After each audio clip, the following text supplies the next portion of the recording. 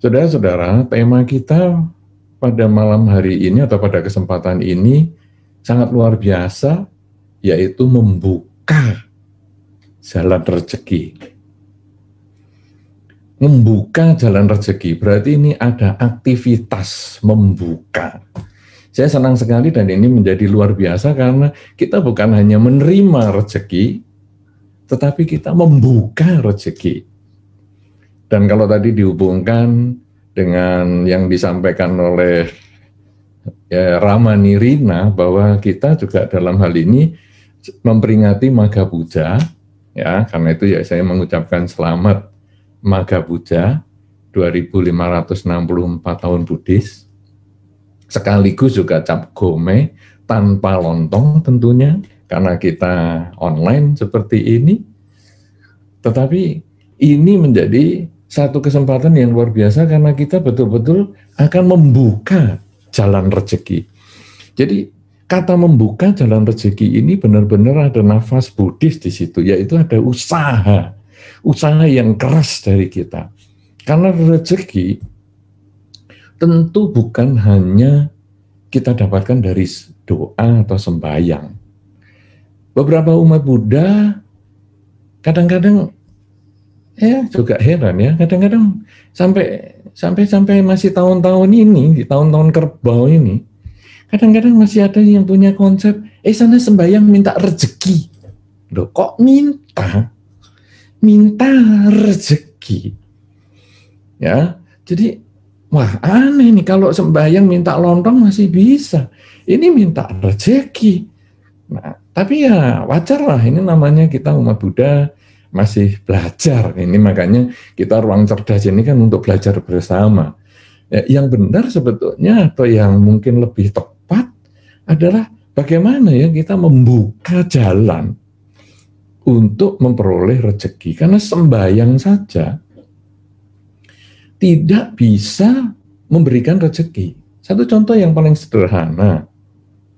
Dalam kesempatan sekarang ini, banyak sekali orang-orang yang mungkin mengalami dampak akibat pandemi corona. Pemerintah sih sudah berusaha ya, sekarang ada proses vaksinasi, semua sudah pada jalan ke arah vaksinasi, yang diharapkan nanti tidak lama akan terjadi imunitas bersama. Tetapi dampaknya ini masih terasa. Sampai saat ini, ada toko-toko yang menjadi sepi, restoran-restoran menjadi sepi, pekerjaan menjadi berkurang volumenya, bahkan tidak tertutup kemungkinan ada pemutusan hubungan kerja. Nah, kemudian orang-orang yang mengalami kesulitan ini, kita tidak bisa hanya sembahyang saja. Misalnya umat Buddha, ayo sembahyang minta rezeki. Hanya berhenti sampai di situ, sulit. Sembahyang saja, di rumah saja, habis dupanya, rumahnya sampai, waduh, asapnya penuh. Tetapi kalau hanya di rumah saja, rezeki yang nggak akan datang. Yang datang mungkin ya ibu rezeki tetangga kita, mungkin ngetuk rumah kita, kemudian tanya kita masih hidup atau tidak, karena di rumah terus, pintunya nggak dibuka, rezeki menjadi jauh dari kita kalau kita hanya sembahyang. Nah, kemudian kalau sekarang bagaimana nih membuka jalan rezeki? Ada satu pepatah kuno yang mungkin kita sudah memahami semua, bahwa jalan yang berhubungan dengan jalan adalah di mana ada usaha, atau kalau kita mau usaha, kalau kita ada kemauan, ada usaha, di situ ada jalan. Biasanya kita sudah tahu semua itu, bahwa kalau kita mau usaha, kalau kita ada kemauan, di situ ada jalan.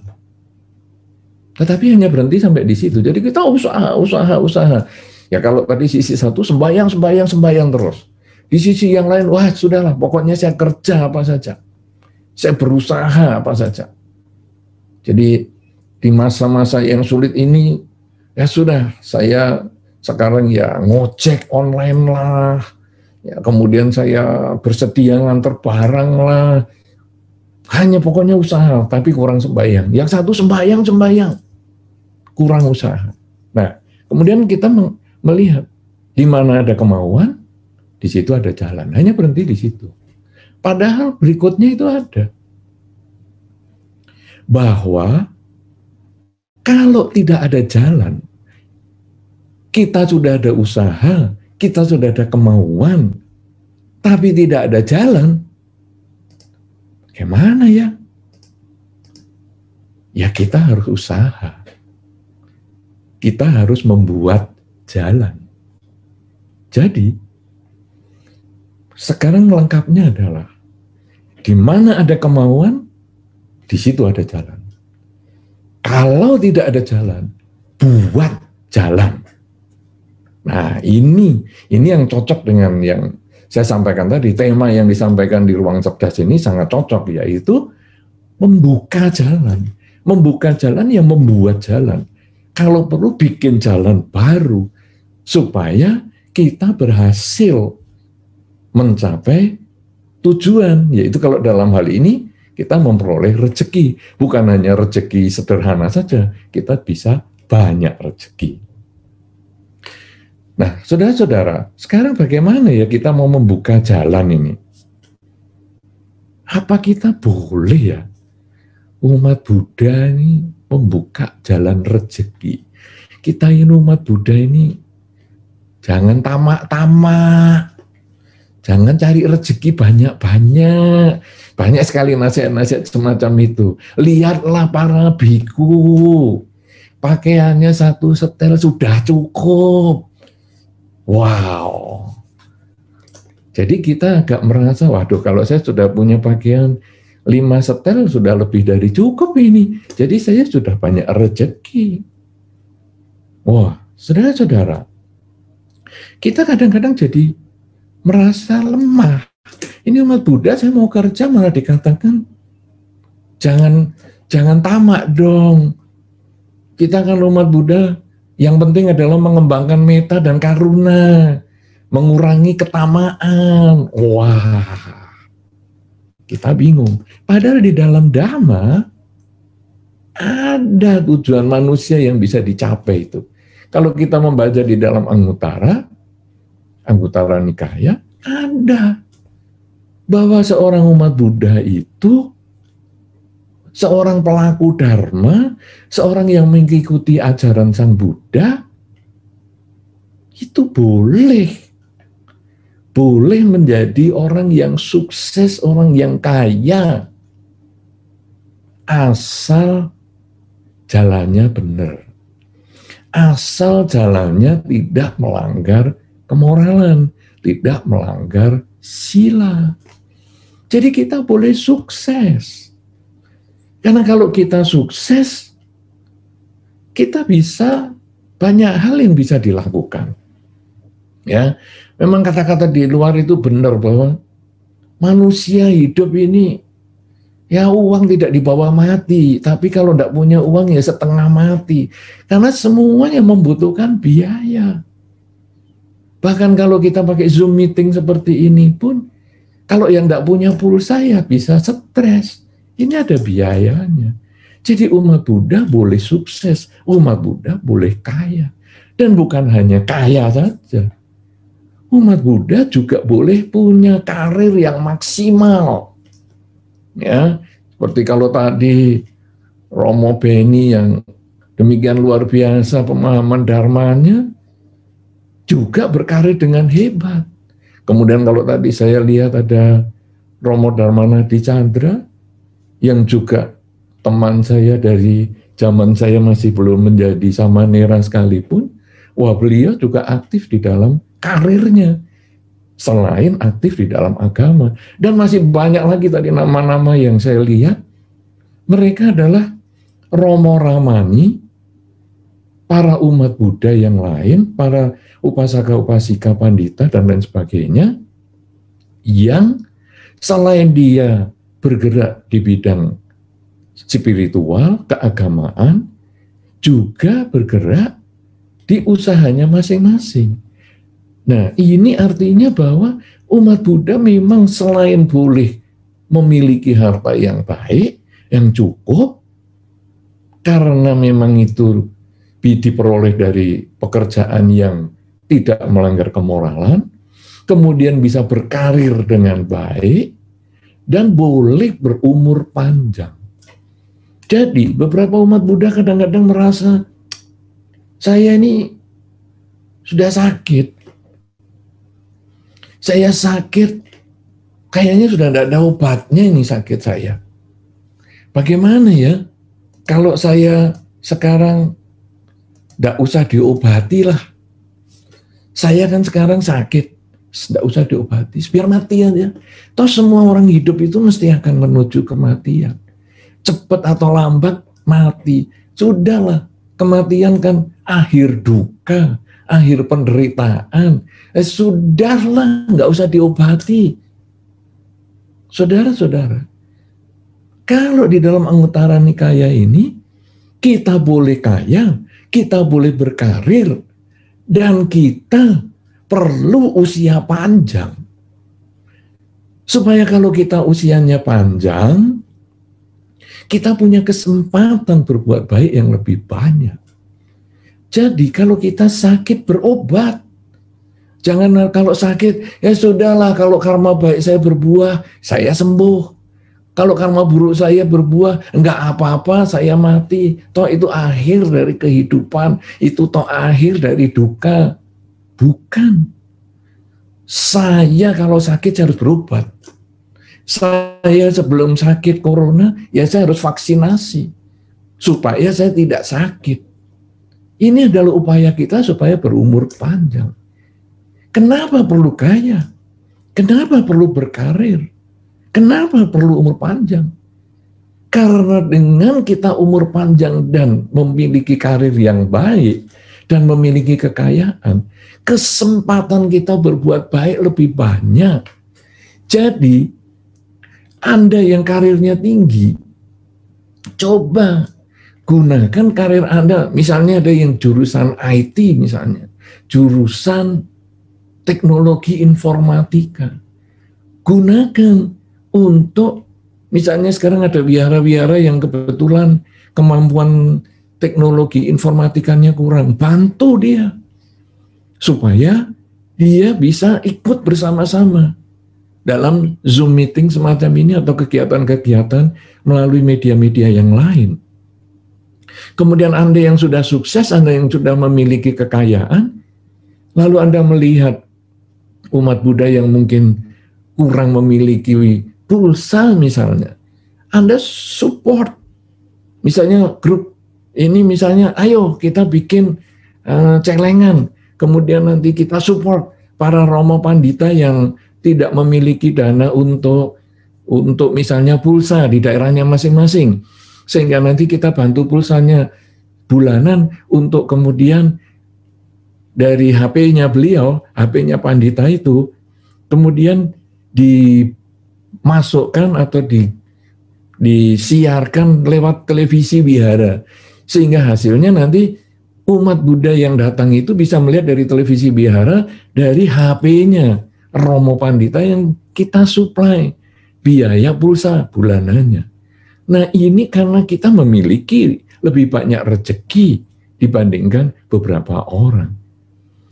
Jadi mereka yang punya karir, mereka yang punya kekayaan bisa membantu mereka yang kurang berkarir, kurang sukses karirnya, dan kurang memiliki kekayaan. Dan umur panjang ini mengkondisikan dia lebih panjang berbuat baik, lebih lama berbuat baik, sehingga kebajikannya menjadi lebih banyak. Dan di dalam Anguttara Nikaya tadi disebutkan bahwa hal-hal yang bisa dicapai seorang manusia tadi, selain punya kekayaan, selain punya karir, selain umur panjang, karena dia memanfaatkan umur panjangnya di dalam karir yang baik dan kekayaannya, maka setelah meninggal, dia bisa lahir di alam bahagia. Dia bisa mencapai kondisi yang berbahagia. karena kebajikan yang dia miliki. Jadi, seorang umat Buddha boleh punya rezeki. Kalau tadi di sini tujuannya adalah atau kita temanya ini adalah membuka jalan rezeki, maka bukan hanya jalan rezeki saja. Kita juga jalan berkarir yang baik, jalan berusia yang panjang, sehingga jalan untuk berbuat baik lebih lama di dunia ini. Nah, saudara-saudara, sekarang bagaimana caranya kita membuka jalan, atau bahkan mungkin dalam kesempatan ini kita membuat jalan supaya karir kita sukses, kemudian juga punya kepemilikan yang baik dan umurnya panjang.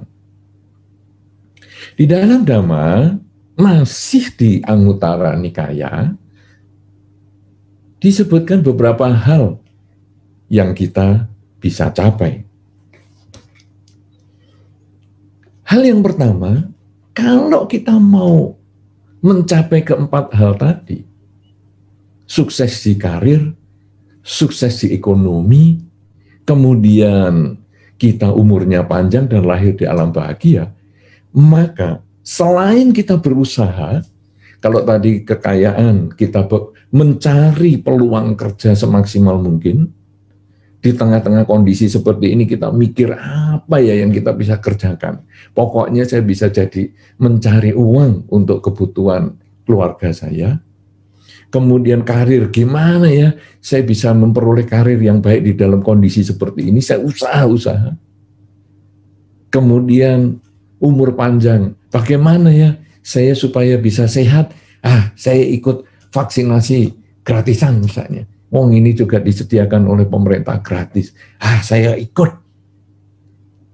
Ini sebetulnya adalah upaya-upaya real, upaya-upaya nyata yang kita bisa lakukan di samping kita dari rumah sembahyang tadi. Jadi dua hal ini harus kita lakukan bersama. Bukan cuma sembahyang bisa sukses, umur panjang. Udah. Bukan cuma berjuang, lalu sukses umur panjang. Tidak. Sembahyang dan berusaha, baru bisa sukses dan umur panjang. Nah, masalah pekerjaan ini, masalah usaha ini, tiap orang punya kemampuannya masing-masing. Dan mungkin saya bukan di kapasitas itu. Ya, karena nanti kalau saya yang ngajari malah saya salah, karena Anda masing-masing di dalam masyarakat, Anda tentu sudah mahir bagian usaha yang keras ini. Tapi sekarang di bagian upaya spiritual yang perlu kita lakukan untuk mendukung usaha kita sukses. Ini ada beberapa hal yang disampaikan di dalam Anguttara Nikaya. Hal yang pertama adalah seorang yang mau sukses, dia harus memiliki keyakinan. Dalam istilah yang Romo Ramani sudah pasti hafal adalah sada, memiliki sada, memiliki keyakinan. Yakin pada hukum sebab dan akibat. Hukum perbuatan. Bahwa kalau saya melakukan kebajikan, pasti buahnya kebahagiaan. Entah kapan dia berbuah, tapi pasti berbuah. Tidak mungkin tidak berbuah. Keyakinan yang kuat inilah saudara, yang mendorong kita untuk berusaha. Saya harus berusaha. Karena dengan usaha yang keras, saya yakin saya bisa. Saya harus banyak berbuat baik. Karena saya yakin dengan kebajikan yang saya miliki, buah kebahagiaan pasti menjadi milik saya. Jadi keyakinan adalah yang nomor satu. Nomor dua, sekarang bagaimana ya? Saya harus yakin saya harus berjuang. Yakin saya harus bekerja. Nah, yang kedua, saya harus menjalankan kemoralan. Keyakinan saya berjuang, keyakinan saya berusaha harus sejalan dengan kemoralan. Tidak boleh melanggar minimal 5 sila. Jadi, usaha saya harus bebas dari pembunuhan. Usaha saya harus bebas dari pencurian. Usaha saya harus bebas dari pelanggaran kesusilaan. Usaha saya harus bebas dari ketidakbenaran dalam kata-kata. Usaha saya harus bebas dari mabuk-mabukan. Jadi usaha-usaha yang saya lakukan supaya saya sukses, supaya saya panjang umur, supaya saya nanti terlahir di alam bahagia, itu adalah jangan sampai melanggar sila. Jangan sampai melanggar kemoralan. Dan saya selain menjalankan Pancasila Buddhis, dalam hari-hari tertentu, terutama hari-hari uposatha, saya berusaha menjalankan 8 sila. Kalau ada kesempatan, saya ikut latihan. Apakah saya ikut latihan samanera sementara, apakah saya ikut menjadi biku sementara, tapi pokoknya saya latihan. Karena dengan pelaksanaan sila, semakin banyak saya melaksanakan sila, semakin sering saya melaksanakan sila, berarti kebajikan yang saya lakukan semakin banyak. Dan itu membuka jalan mencapai rezeki, membuka jalan sukses karir, membuka jalan untuk panjang usia, dan membuka jalan untuk lebih banyak berbuat baik di kehidupan ini maupun di kehidupan-kehidupan selanjutnya. Nah, ini adalah dengan melaksanakan kemoralan. Kalau kita sudah punya sadar keyakinan pada hukum sebab dan akibat, kemudian kita punya kemoralan atau sila, maka yang ketiga, kita punya kedermawanan, rela berbagi. Nah, ini yang tadi juga saya sudah sampaikan di depan. Orang umur panjang gunanya bukan menikmati apa yang kita miliki, karir yang sudah sukses, kekayaan yang sudah kita miliki, bukan hanya itu saja. Tapi orang yang sukses, orang yang sudah punya milik ataupun harta yang sudah cukup, maka umur yang panjang itu digunakan untuk berbagi. Jadi saya punya makanan, saya bagi kepada mereka yang masih kekurangan. Saya punya pakaian, saya bagi kepada mereka yang masih kekurangan. Ketika di beberapa tempat ada bencana banjir, ada pengungsian, saya membagi sebagian milik saya untuk mereka, supaya hidup mereka menjadi lebih nyaman. Jadi kita berpikir untuk berbagi. Tapi saya tidak punya kesempatan berbagi itu. Ya udah, kita sekarang ikut. Ada beberapa berita mungkin di media sosial, di mana yang tentang, ayo kita rame-rame membantu bencana alam di sana. Ayo kita rame-rame membantu musibah di situ. Oke, saya nggak bisa ngikut, saya nitip saja. Bisa. Kemudian, wah ini ada kesempatan ini, ada orang sakit membutuhkan dana karena dia lumpuh, tidak bekerja. Bagaimana ya? Ini kumpul-kumpul. Ya istilahnya sekarang gada galang dana. Ayo kita gada kita galang dana. Oke. Kemudian saya nggak bisa ke sana, saya ikut. Nah, dengan Anda ikut, dengan Anda mempersembahkan sebagian dari milik Anda sudah melakukan kerelaan. Nah, kalau kita sudah punya keyakinan, kita punya kemoralan, kita punya kerelaan, kemudian apa yang harus kita lakukan? yang berikutnya, banyak belajar. Banyak mempelajari hal-hal Dhamma. Ya. Nah itu yang tadi Romo Beni sampaikan tadi. Ya. Jadi kenapa dari awal saya kepingin pembabaran Dhamma itu bisa diterima oleh banyak orang. Kenapa saya juga kepingin pembabaran Dhamma itu lebih mudah diakses oleh orang.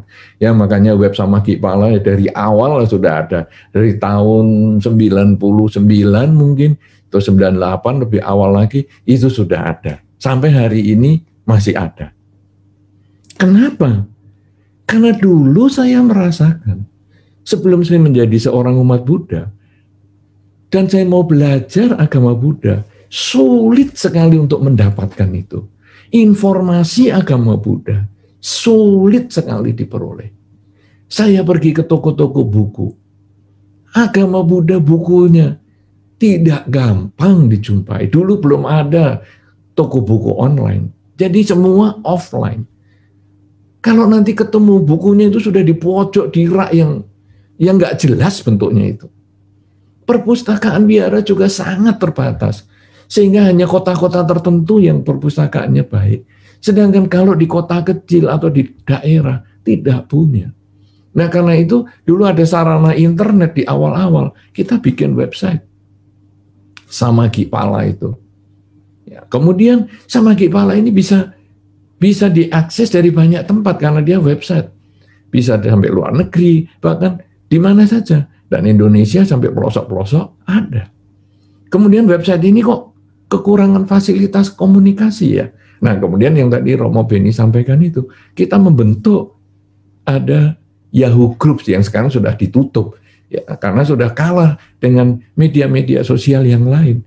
Ya, tapi kita masih punya, ada Instagram Bodigiri, ada Facebook ya Bodigiri Balairejo dan lain sebagainya. Kita ada semua karena untuk mempermudah orang yang belajar Dhamma. Karena Dhamma adalah milik siapapun yang ingin belajar. Tidak tergantung agama tertentu. Siapapun yang ingin belajar, siapapun yang merasa bisa mendapatkan manfaat, silahkan. Tanpa harus menjadi seorang umat Buddha. Yang penting mau menerima, yang penting mau belajar, yang penting mau membaca, dan mencoba sedikit demi sedikit. Nah, oleh karena itu saudara-saudara, selain kita punya keyakinan, kita punya kemoralan, kita punya kerelaan, maka kita perlu belajar membuka pikiran kita untuk belajar dari banyak hal.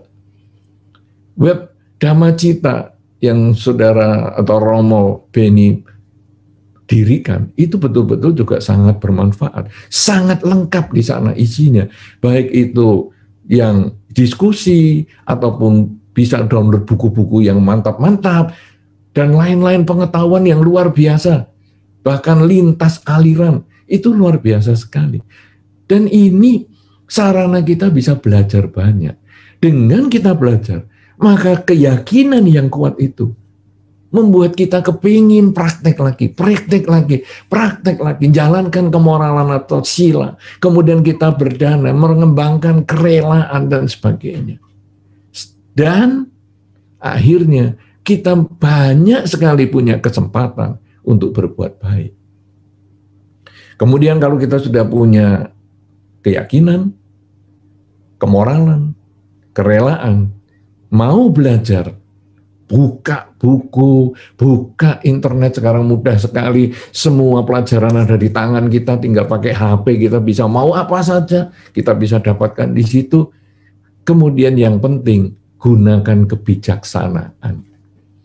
Karena informasi yang demikian luar biasa sekarang, hari ini bisa kadang membingungkan. Anda mencari misalnya sila, ya, kemoralan. Wah, pengetahuan tentang sila banyak sekali. Sampai nanti yang bisa Anda bingung sendiri. Nah, ini Anda harus mulai punya kebijaksanaan. belajar baik-baik, renungkan, analisa baik-baik. Kalau sampai nggak bisa, ikut ruang cerdas Magabudi seperti malam hari ini atau kesempatan ini, sehingga nanti bisa bertanya dan sebagainya, ikut. Kemudian Zoom meeting semacam ini banyak, kita ikut, kita tanya, supaya kita nanti bisa memahami dengan tepat. Kalau sudah memahami dengan tepat, kita bisa jalankan dengan baik. Dan ketika kita jalankan untuk waktu yang lama sepanjang usia kita, maka kesempatan berbuat baik kita ini benar-benar luar biasa, hidup kita tidak sia-sia, dan ketika mati pun kita bisa dilahir di alam bahagia. Dan inilah sebetulnya upaya kita membuka jalan rezeki.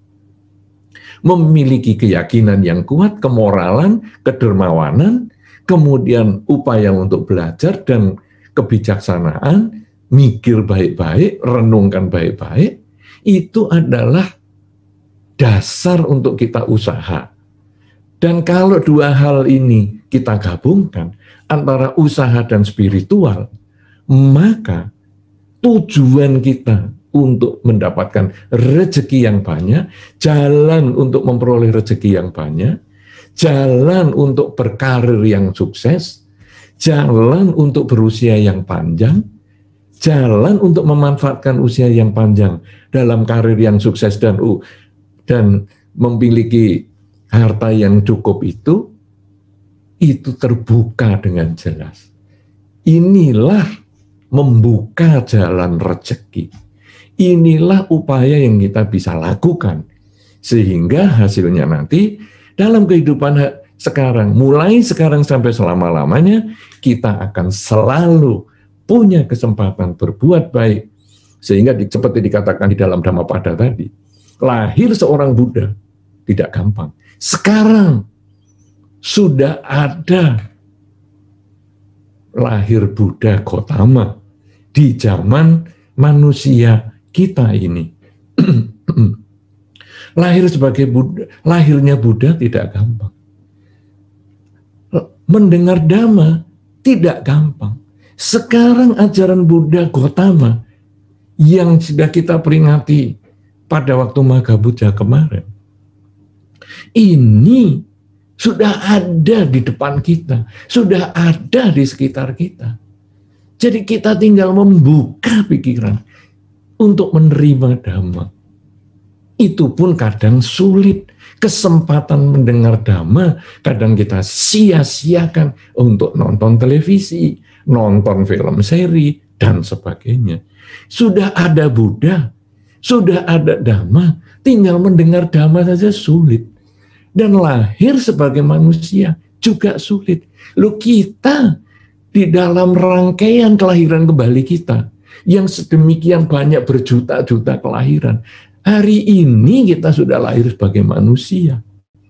Kalau sudah hari ini sebagai manusia, kenapa tidak kita manfaatkan untuk mendengar Dhamma yang sulit kita dapatkan? Karena lahir lagi, belum tentu di sana ada Buddha, belum tentu kelahiran kita mengenal Dhamma. Mumpung kita masih jadi manusia, mumpung kita punya kesempatan mendengar Dhamma, mumpung ada Dharma ajaran Sang Buddha, mumpung Sang Buddha lahir di zaman manusia di zaman sekarang, maka gunakan kesempatan hidup saat ini, mulai sekarang sampai selama-lamanya, terus berjuang, lakukan yang terbaik berdasarkan sada, sila, caga, sutta, dan panya, untuk kita berjuang dengan maksimal sehingga mencapai kesuksesan di bidang karir, memiliki kekayaan yang cukup, panjang usia, dan lahir kembali di alam bahagia